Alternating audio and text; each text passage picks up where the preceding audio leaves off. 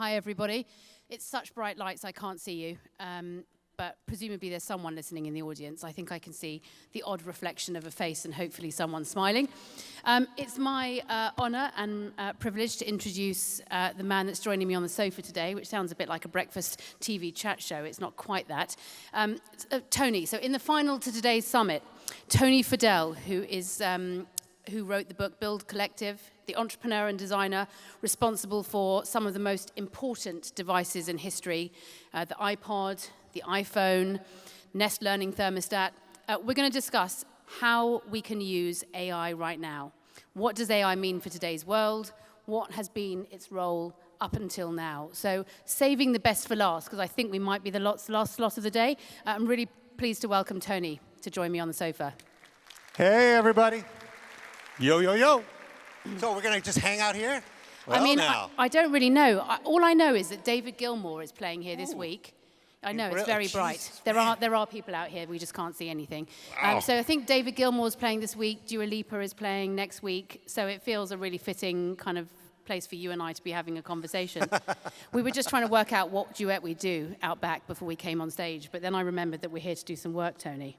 Okay, work. Let's work. Some thinking and thought leadership from you and just some questions from me, to be honest with you. So we're here to talk about AI, or rather you're here to do the hard work. I'm here to ask the questions. You're here to make me look good. Oh, Tony. Okay, let's do the hard work, because I can't do that either. I asked ChatGPT on the way here, is AI the most overused word at a tech conference anywhere in the world today?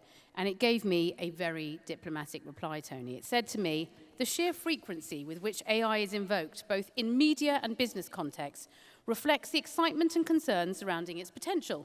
However, its overuse can sometimes lead to misunderstandings or hype where the actual complexity and limitations of AI are oversimplified. So, I am relying on you to simply explain all of the complexity for the next 30 minutes. Oh, my. Oh, my. Well, it's clear that, I don't know, you use ChatGPT for that? Yeah, I thought it would come Okay, out well, with, I'm sure that was hilarious. highly scripted by ChatGPT employees. But it's really nice to hear that they're actually talking that they're the ones who are overhyping AI. So, and they're actually admitting it, or at least the agent is admitting it. Yeah, so, it's very diplomatic. But look, AI's been around a long time. AI has been useful. It's been around for decades, but it's been useful at least the last 15 years. In fact, at Nest, we put AI into our thermostat. We couldn't have called it AI. We couldn't call it machine learning. We had to call it something else because everyone would be spooked out. What did you call it? We just said, we didn't even say that. We just said it remembers the temperatures that you dial in, and then it plays it back, kind of like a recording, which it was. And it was literally machine learning inside of the Nest Learning Thermostat. It was learning, right? That was like the closest we could come to AI. But we were using it back then in 2010, 2011, right? So, and AI has been behind the scenes, not in the forefront, till just 2 years ago. But it's been doing all kinds of things. In fact, we have a company called Orianis Biosciences, and we actually use AI to do drug discovery, and we have already put drugs into human trials that this AI has done, and they're successful. We're already through phase 1. So most of the audience and that's been 10 years now. Yeah, we've been working on it. It's not new, right? But it's new to a lot of people. It's new to a lot of people because of LLMs and ChatGPT-like things that came out in just over the last 2 years. And it's another form of AI. You have to remember, there's all kinds of AI, right? Yeah. And you have to talk about each specific type.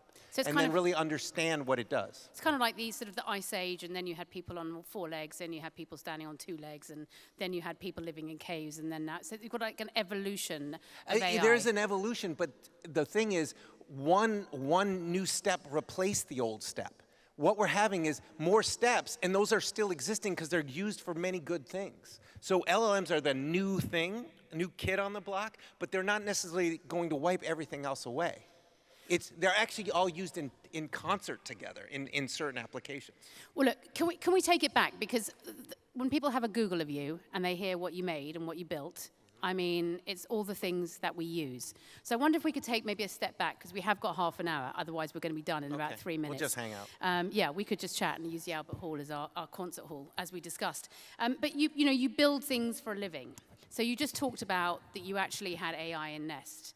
But can you tell the audience, which is a mixture, I think, probably of people that run businesses, tech entrepreneurs, people interested in tech, and people adjacent, but that are very interested in AI. You look back, you used it then. How is AI going to sort of impact the products that we're all using today and tomorrow? Because you know, you just gave us an example, but you made the iPod and you made the iPhone. So what are we going to be doing in the next 10 years, and what's going to be in my pocket? So let's first just break down what AI is good for. And AI is good for training humans, giving superpowers to humans who are using it, and we're also talking about, but there's been almost no evidence of yet, replacing humans. Okay? And that's just as software. Now we're seeing humanoid robotics using AI. You know, another one is self-driving cars. We're replacing humans using a form of AI and sensors to do that. So you have to look at those 3 areas. And the last area, which I said is replacing humans, is incredibly hard to do. And it's incredibly hard to do because we don't have really the technology to do it. And then to do it in an economical way is a whole nother thing. So where you're really seeing where it's really being great is in the education area, like Duolingo. Duolingo's got an amazing set of AI built into it to help formulate the lessons and the tests and what have you based on what you do know and what you don't know. So everything is tailored to you. You're going to see this in all forms of education. Whether, you know, primary school, universities, and continuing education. Do you think we will? Because, I mean, we don't have a list of questions here, but that's the first immediately exciting thing. Even if you don't have children, I mean, a lot of us know that learning is done by rote. It doesn't necessarily suit the people that are in the classroom. So do you actually see it being prolifically used in lessons and education when, frankly, lots of people are scared of AI, so I feel like teachers are going to freak out? I think that we are going to come to really understand that this is going to help to bolster one-to-one learning. Right? We've always said, oh, it'd be great to have a tutor or a professor or a teacher for every single student. And this is the way we can actually make our systems better. There's Khan Academy already doing this with math and physics. We're going to see this across education in general, you know, like I said, all different grades. It's going to take time for us to get used to it, to adapt to it, but it is going to help to superpower humans. And you know, if you look at all technology in general, since millennia ago, we have always co-evolved with the technology, right? And so whenever we fire wheels, whatever it is, steam engine, and so if you look at chess, right? Back in the day with Deep Blue. Oh, Gary Kasparov got beat. I think there's a movie coming out about it, actually. And he got beat, and everyone said, the world of chess is over. Now chess is more popular than ever, and humans, play each other. They play computers. They're training on computers.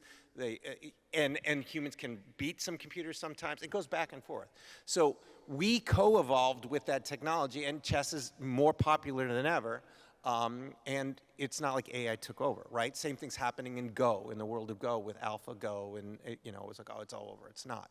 So in the training side, if we choose to co-evolve with the technology, it can superpower us, right, and make us better. And so I'm looking forward to seeing what happens in that realm. But we are in the very earliest days of AI in education. But there's a lot to be done there now today, and you can do it today. You don't have to do it with large language models that hallucinate. You can do it with other models and other AI representations to do this for students.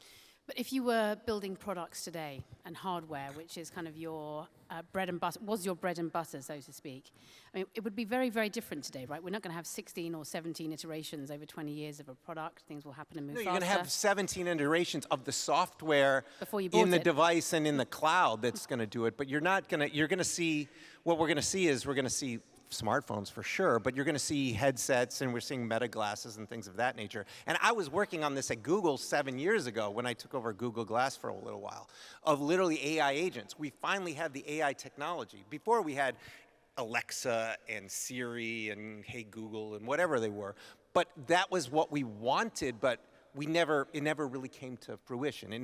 So now you're going to start to see that stuff start to work. Are there any things that you were working on in that lab that you couldn't have told us about 7 years ago? I should have brought some of the models, because I actually have them of what we were working on then. And they're still valid today, actually. Because a lot of it is really, it's not about the hardware. It's about the interaction model and what's going on on the server side of things. So, but we just don't have what we need to do like the movie Her. We are nowhere near that today. We can do some basic chat kind of things, character AI, those kinds of things, and interactions, but it's not agentic where it's going out and doing things for you. It's going to take a whole world of transparency for us to be able to get the trust level to allow AI to do stuff on our behalf. But back to products, we're going to start seeing these Alexa series and all these things being actually useful as opposed to just kitchen timers. Because that was probably the most useful thing, and playing music, certain music. And telling me what the weather is today. And telling me that was basically all they were good for. And but now it's going to actually get a little bit more powerful. But it's going to take time for us to really go for what we've seen in science fiction and what we're being pitched in the media every day from all these large companies getting way too much money in doing AI in a very ham-fisted, brute force manner. There's much more elegant ways of doing it. They're just running ahead and trying to kind of take over the landscape, this green field, and saying it's ours. Yeah.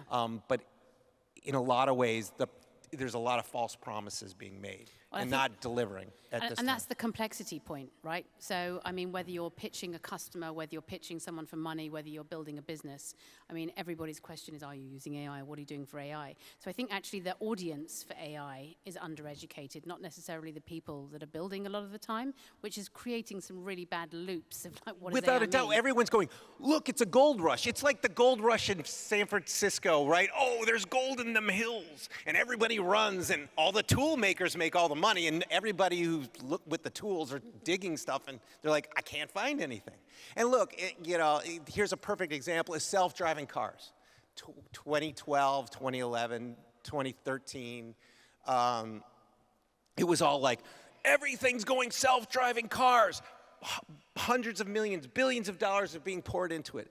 Where are these self-driving cars that everyone promised us, right? Even Elon has been talking about it for 7 years, 8 years. They're still not here. And the ones that are working, like in San Francisco, Waymo is absolutely the leader there. They're starting to run, and I've been in them. Has anyone in here been in one?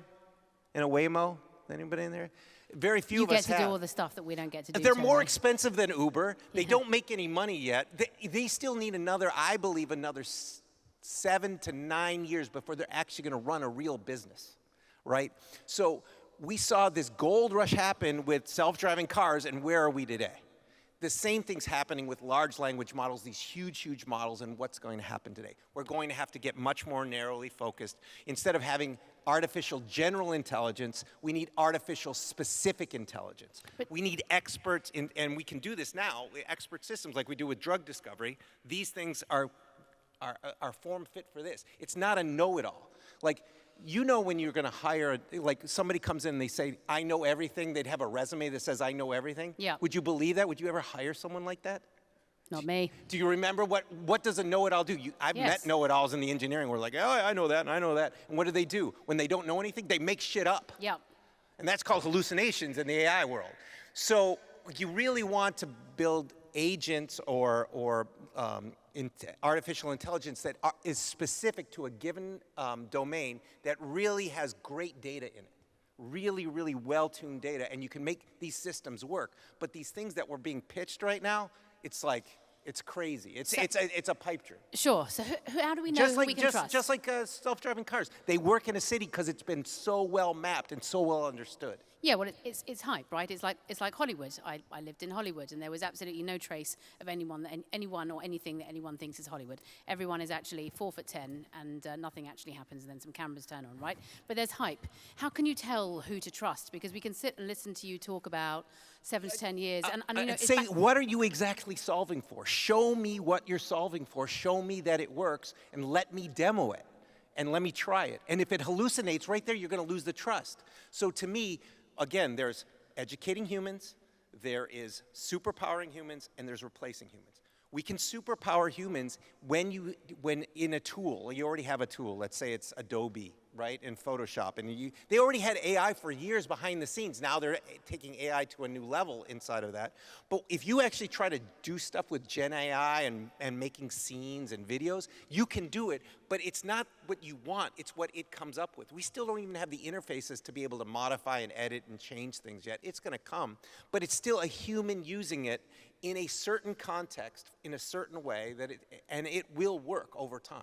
But it's not this, what we're hearing of like, we're gonna replace everyone everywhere. We might replace, researchers in a research team at the lowest level, junior researchers, to gather all this data, but you still need humans to look at it and work on creating the real work product.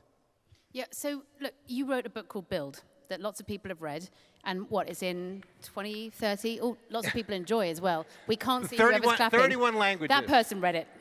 Build's in 30, is going to be in 31 languages. Congratulations. 24 now or something like that. And you go back to your roots there. I mean, you talk about the challenges of being an entrepreneur, you talk about building, you talk about what really matters. I mean, how do things change in the context of AI being at the heart of how everybody's building something? Does it change at all? No, it doesn't change the book at all, because the book doesn't have anything to do with AI in general or any specific technology. It's all about human nature. And it's about how you build teams. It's how you build technologies and products to solve real pain points for people, right? And it's kind of timeless in that way. So you can apply it to AI, you can apply it to quantum, you can apply it to all kinds of different fields. But it's really about human nature, because at the end of the day, we still have to build these systems. We still sell them to people. You have to and you have to build the teams around them. All that stuff is all human nature, and that doesn't change in this world, regardless of whether you think if you believe or don't believe that there's AGI and systems that are going to take over humans. We're still going to have to interact with other humans, because someone's going to have to buy them. I got to tell you, people in my office sometimes tell me that I'm old or old-fashioned when I talk about the human element of things, or you should go and see people, or ask people what they think, which apparently that's the old-fashioned way. Tony, I've asked none of the questions that I've been told that I need to ask, so I feel that given the topic that is here today, but also some of the people that I understand are in the audience, I think that there are some pearls of wisdom that maybe I should try and extract from you for you to share. Okay. Pearls of wisdom. Pearls of wisdom. Yeah.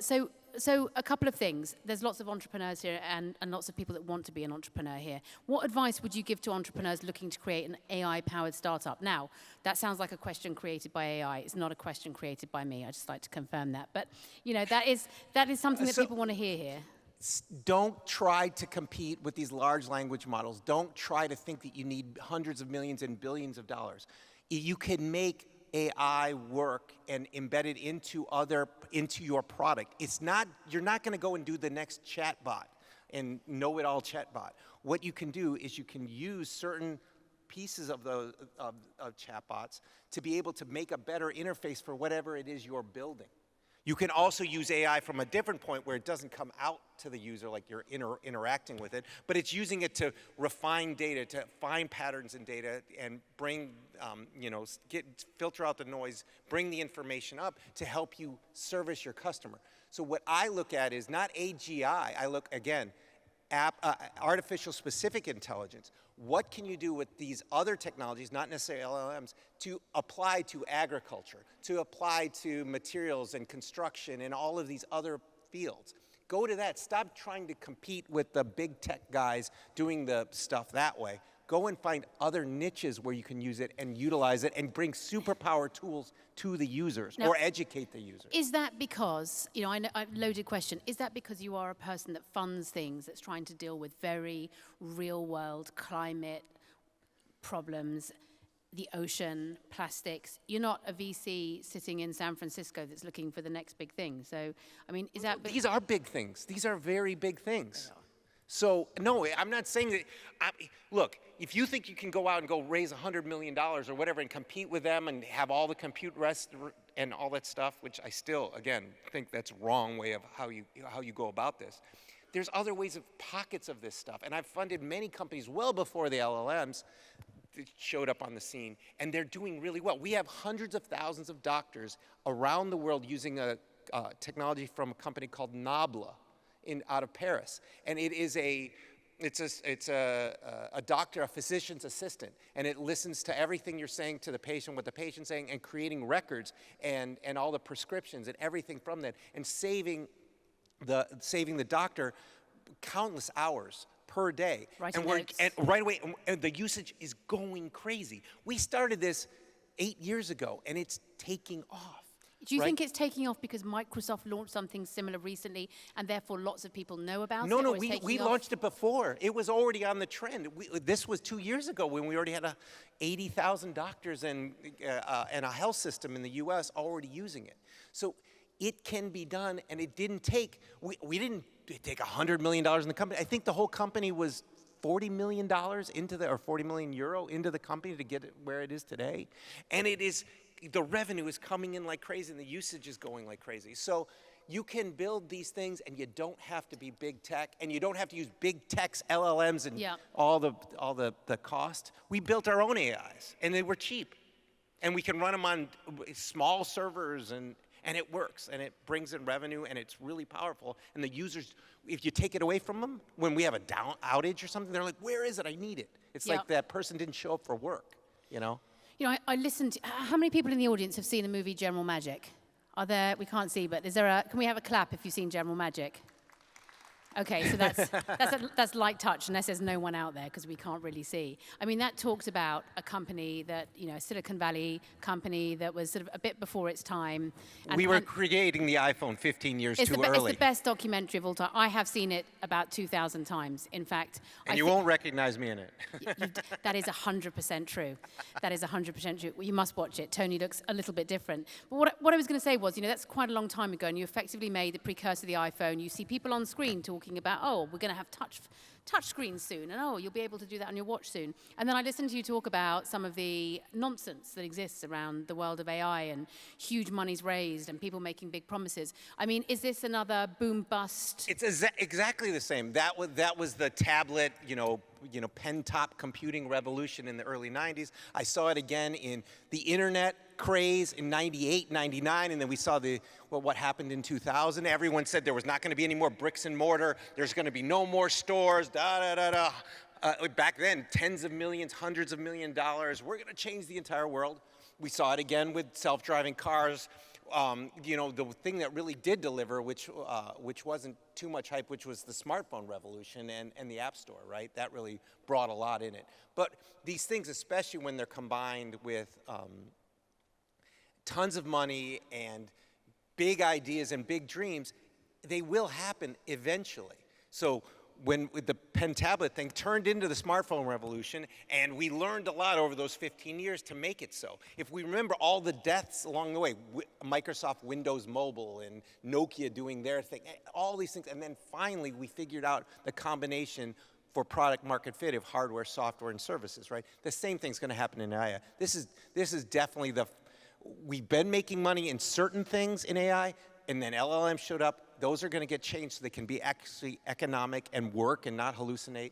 And you'll see that coming out over the subsequent years. But right now, it's just a crazy gold rush, and we're going to have a correction in the market pretty soon around this, because people are going to see it's not as easy to adopt as everyone says it is, and it's not as useful as they say it is, unless it's hyper-tuned and artificial specific intelligence, not AGI. Is there still demand for the stuff that's actually sort of useless, is a question for you? For sure, everyone wants to play with it. It's a toy. Either people want to play with it, or I was on a call the other day talking about what I do for a living, and the person asked, completely out of context, and what about AI? I mean, as if it was an open-ended question that was remotely relevant. And by the way, if you want to buy our products, you've got to answer any question you would like to ask. But it was clearly they'd just been told by their boss that they needed to think about AI, and therefore that's a question they ask. I mean, is there It's too generic. AI is everything. It's just saying the internet. No, it's precisely. Just way too generic. I chose not to say that to the potential customer, but I was like, what a ridiculous question, but it's prolific. So how do you get around the fact that people are going to, ultimately a lot of people are monetizing this ridiculous non-usage huff and puff that you're talking about. There's a lot of things you can do with it, but everybody knows in here who's ever used any of these chatbots, look, it's a large language model. When you ask it to do language like coding, it's great, but you have to have a coder next to it to do it. So it's, once again, superpowering that human to do certain things, but it's still not always accurate. It's not great. It's going to get better, but because of the way it's trained, because of the data sets and these things, it's not doing all the right things. People are just sucking up the world of the internet data and then saying, oh, it's all better, and they keep putting more and more, but it is not getting significantly better anymore. So you have to understand, if you want to do specific tasks and do it well, you have to have highly trained data sets, clean data sets, large ones, but clean ones, and they're for a specific context. These chatbots and the way they learn have no context with them whatsoever. They're just, auto finishing engines, right? And so they don't have context. So when you speak to a doctor, you know that you're speaking to a doctor and they have a certain set of credentials behind them and experience. When you're talking to a chatbot, you're not going to ask them doctor's questions. You feel right about it. The same thing goes when you do chemistry or math. You want to go to an artificial specific intelligence thing that was trained on the best chemistry papers in the world to help you do chemistry better, or the best coding. That's what we're seeing in coding. They're doing really good data sets for coding and getting rid of all of this other stuff from the internet that causes hallucinations and inaccurate results. Okay, so for the kind of ending part, so we've learned there's a lot of bluster out there. There's a lot of nonsense out there, and that actually a lot of the things that we think might be on our doorstep are quite far away. I mean, my husband drove his Toyota on the weekend and took his hands off the wheel, and that's about as self-driving as it's got in the last 15 years. What should we be expecting from the next 5 to 10 years? Because I don't want anyone to, people are going to walk out of here thinking, okay, there's actually not quite as much of this going on that we should be paying attention to as possible. You should absolutely paying attention to it, but you should actually be very, very skeptical about all the hype. You have to go look at where it's really being deployed, where it's being used, use it yourself, and understand, would I buy this thing if it hallucinates from an LLM model? There's all these other ones that work really well too. Just don't believe all the hype, and if you're going to deploy it in a business, really understand where the data came from, the transparency on the data, do they own the data, is it clean? How are they trying to say it does just a certain set of tasks or it does everything? You need to be, don't believe the hype of artificial general intelligence.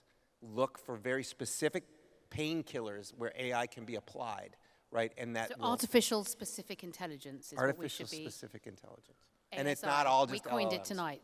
And yeah, exactly. But no, you can.